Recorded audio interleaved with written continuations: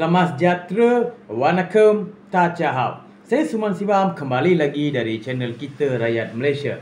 Hari ini saya kembali dengan satu topik yang berkaitan dengan semalam, perdebatan berkaitan dengan saudara Rafizi Ramli dan saudara Shahir Sulaiman. Perkara ini serta-merta ataupun secara luasnya membuat satu aliran pemikiran kepada masyarakat, yang aliran pemikiran yang begitu luas pada masyarakat atas pendapat mereka di pentas debate semalam.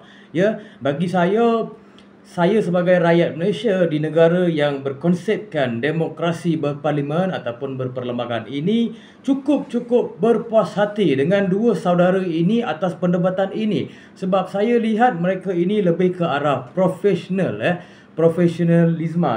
Sebab itu membuka minda rakyat untuk bercakap dan berbincang di setiap platform. Sebab perkara ini penting. Saudara Shahir ini merangkumi parti politik ataupun sebagai seorang yang dikaitkan dengan pakar ataupun pandai dalam bab ekonomi. Saudara Rafizi Ramli pula Menteri Ekonomi yang sebelum ini mempunyai banyak formula dan banyak dasar-dasar yang boleh membina negara. Amat bagus cerita ini untuk dikupaskan, untuk diperbincangkan dalam setiap perbincangan kita supaya kita dapat satu landasan pemikiran ataupun aliran pemikiran baru ataupun landasan ekonomi ke arah baru. Saya sangat-sangat setuju dan perkara yang saya perlu bangkitkan di sini. Di sini ada pelbagai pendapat daripada segi parti politiknya, daripada segi ekonominya, dari segi kerajaannya ataupun dari segi pembangkangnya. Sebab ini berkaitan dengan kerajaan ataupun pembangkang ataupun politik negara. Sebab di situ rakyat Malaysia menilai daripada setiap sudut perbincangan mereka atas pentas yang besar semalam. Sebab di sini kita rakyat ingin mengetahui selanjutnya berkaitan ekonomi negara dan apa yang sedang dijalankan. Dan salah satu yang saya setuju dengan saudara Shahir, sebab beliau ada sentuh berkaitan dengan ekonomi Islam di Kelantan ataupun berkaitan isu bank Islam ataupun pengharaman judi dan arak di Kelantan, di negeri Kelantan. Secara langsung perkara ini telah membukakan minda masyarakat dan anak muda untuk kerajaan sedia ada ini mengambil satu perhatian terhadap kerajaan Kelantan dan bagaimana mereka laraskan satu ekonomi berlandaskan tirukuran Al-Quran ataupun dari segi ekonomi Islamnya tersendiri. Sebab apa hari ini saya lihat kerajaan ini menggunakan sistem Islam, ekonomi Islam, iaitu madani.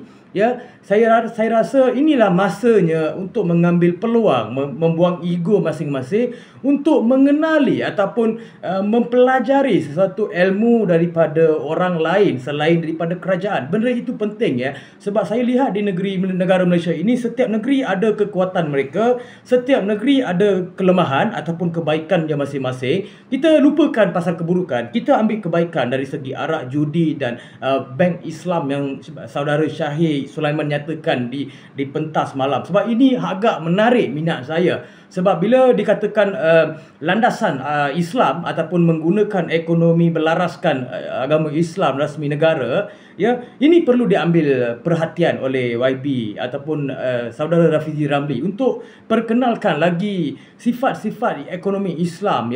Ini penting, penting.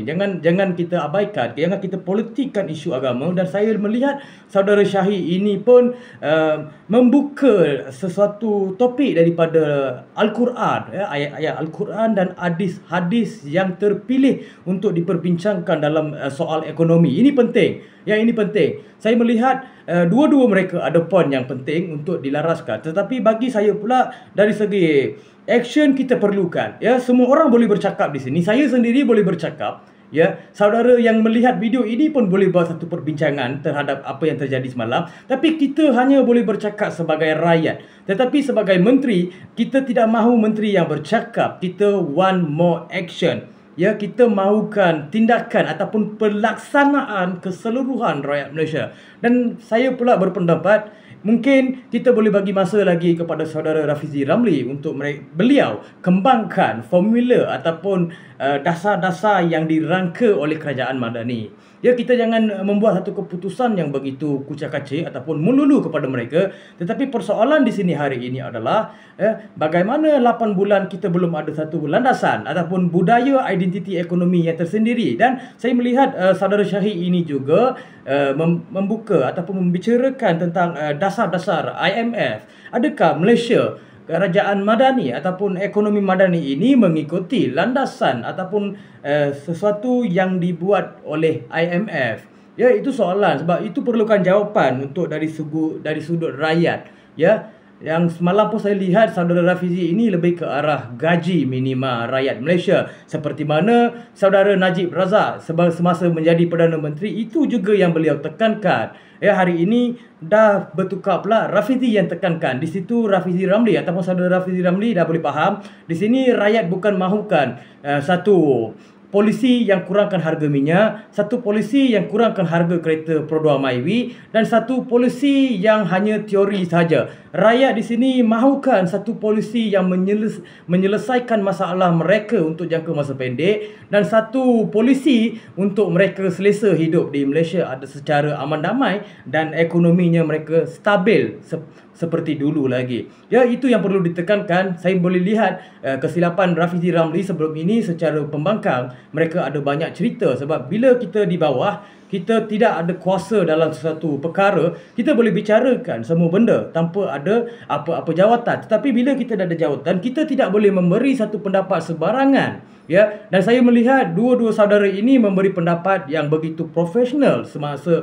mereka memberikan satu aliran pemikiran, ataupun boleh dikatakan mereka itu salah seorang daripada golongan intelektual elit ekonomi di negara ini, supaya rakyat boleh menilai di manakah ada kebenaran. Setiap perbahasan, setiap kata yang terkeluar ini rakyat sendiri yang menilai. Ya, rakyat sendiri yang di sini menilai atas dasar ekonomi. Ya, bila saya lihat daripada Menteri Ekonomi iaitu Rafizi Ramli, bila beliau keluarkan kata-kata itu, perlu ada pelaksanaan keseluruhan ataupun menjadikan idea-idea itu menjadi kenyataan. Ya, impian itu perlu menjadikan kenyataan yang rasmi kepada rakyat Malaysia. Baru rakyat boleh percaya, ya, dengan apa yang beliau katakan.